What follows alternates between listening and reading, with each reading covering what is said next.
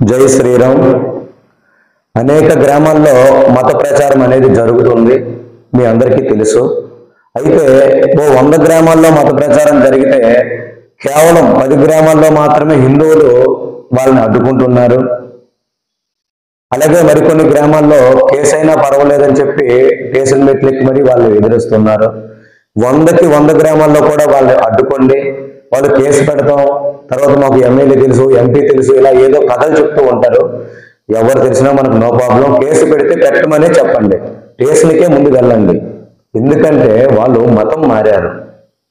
Hindu certificate ఓడుకుంటూ స్విచ్లో మరో పేరు పెట్టుకుంటూ తప్పుడు వ్యక్తులు అన్నమాట వీళ్ళు. స్టేషన్కి వెళ్తేనే మనకు న్యాయం జరుగుతుంది, ముఖ్యంగా వారికి బాగా న్యాయం జరుగుతుంది. అయితే విషయం ఏంటంటే, సూరారం గ్రామం, కొయ్యలకొండ మండలం, మహబూబ్ నగర్, తెలంగాణలో నిన్న జరిగినటువంటి సంఘటన ఏంటంటే, 1 సంవత్సరం నుంచి ఆ గ్రామంలో మత మార్పిడి, గ్రామంలో పక్క గ్రామం నుంచి వచ్చి మత మార్పిడి హిందువుల ఇళ్లలో దూరి హిందువుల్ని మతం మార్చే ప్రయత్నం చేస్తున్నారు. అనేక మంది హిందువుల్ని మతం మార్చారు. బిడ్డలు ఎవరైతే ఉన్నారో యేసయ్యను నమ్ముకున్నటువంటి బిడ్డల నిమిత్తమే మేము వచ్చిన తప్ప మేము మత మార్పిడి చేయడానికి రాలేదు. మీ వెనకాల ఏం పేరుంది? మీ వెనకాల ఏం పేరుంది? మీ వెనకాల ఏం పేరుంది? మత మార్పిడి కాదంటుండ్రు కదా, మీ వెనకాల ఏం పేరుంది? అక్కడ అటు చూడండి, అటు కూడా పెట్టండి, ఫోన్ పర్లేదు. ఏముంది? నమ్ముకున్నాలే కదా, కృష్ణ ఏడు, కృష్ణ పక్కన. అయ్యా మేము యేసయ్యను నమ్ముకుని, అయ్యా మేము యేసు ప్రభువును నమ్ముకున్నాం, మా దగ్గరికి రండి ఆరాధన చేసుకుందాం అని చెప్పబట్టి మేము వచ్చాం. ఓకే ఓకే, ఒక నిమిషం ఆగు. నువ్వు నమ్ముకున్నావు బాగానే ఉంది, వీళ్ళని ఎందుకు మారుస్తున్నావు?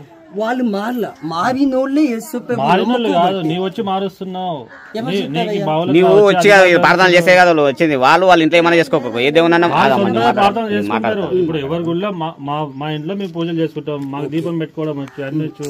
మీరు వచ్చి మా ఊరికి ఏం అవసరం? మా పూజారి కావాలంటే మా ఊళ్ళు ఉంటాడు, వాళ్ళకి నువ్వేమంటున్నావు? మీ మత మార్పిడి చేయడానికి రాలేదంటున్నావు.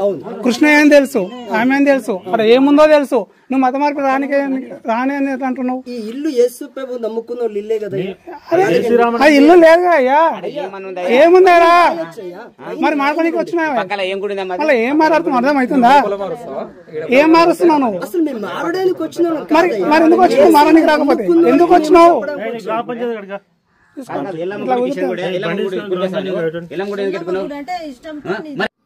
అయితే స్థానికంగా ఉన్నటువంటి హిందువులు అది చూసి తట్టుకోలేక నిన్న వాళ్ళని ఎదిరించి అడిగారు.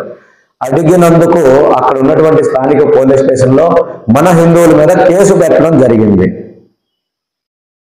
కేసు పెట్టి ఏమని ఎస్ఐ గారు, సిఐ గారు ఏమన్నారంటే, వాళ్ళు మతం మార్పిడి చేసుకుంటూ మీరు అడ్డుకోకూడదు, ఒకవేళ అడ్డుకున్నట్లయితే మిమ్మల్ని లోపలేస్తాం. ఇంతకుముందు ఎలా అయితే మతం మార్పిడి చేశారో ఇప్పుడు కూడా అలాగే మతం మార్పిడి చేస్తారు వాళ్ళు అని మన వాళ్ళని భయపెట్టడం జరిగింది. అయితే పక్కనే ఉన్నటువంటి మన వాళ్ళకి ఈ ఇన్ఫర్మేషన్ అందించి మన వాళ్ళని పంపించడం జరిగింది. అలాగే మన వాళ్ళు కూడా సేఫ్గా బయటకు వచ్చేసారు. విషయం ఏంటంటే, స్టేషన్కి వెళ్ళిన తర్వాత మనకు తెలియకపోతే కథలు చెప్తారు, కేసులు పెడతామని, అట్రాసిటీ కేసు అని, వాళ్ళని వీళ్ళని. మతం మారిన వ్యక్తికి ఈ దేశానికి ఎటువంటి సంబంధం లేదు. ఈ దేశ చట్టాలకి ఆ మతం మారినటువంటి వ్యక్తి అర్హుడు కాదు. ముఖ్యంగా హిందువులు గుర్తుంచుకోవాలి, మతం మార్పిడి చేయడానికి వస్తే మీరు వ్యతిరేకించండి.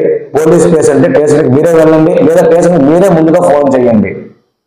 వాళ్ళు పట్టుకొని స్టేషన్కి ఫోన్ చేయండి, మా ఊర్లో దొంగలు పడ్డారు మీరు రండి అని చెప్పండి. ఎందుకంటే వాళ్ళు హిందువులుగా ఉండి ఈ దేశ సొమ్ము కొల్లగొడుతూ ఉన్నారు. వాళ్ళకి విదేశీ క్రైస్తవ సర్టిఫికెట్ ఇప్పించే బాధ్యత ప్రతి హిందూ పైన ఉంది.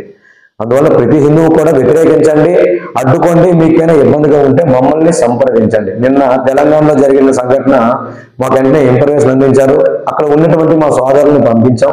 అలాగే మీకు కూడా మేము సహకారం అందిస్తాం. ఓకేనండి. జై శ్రీరామ్.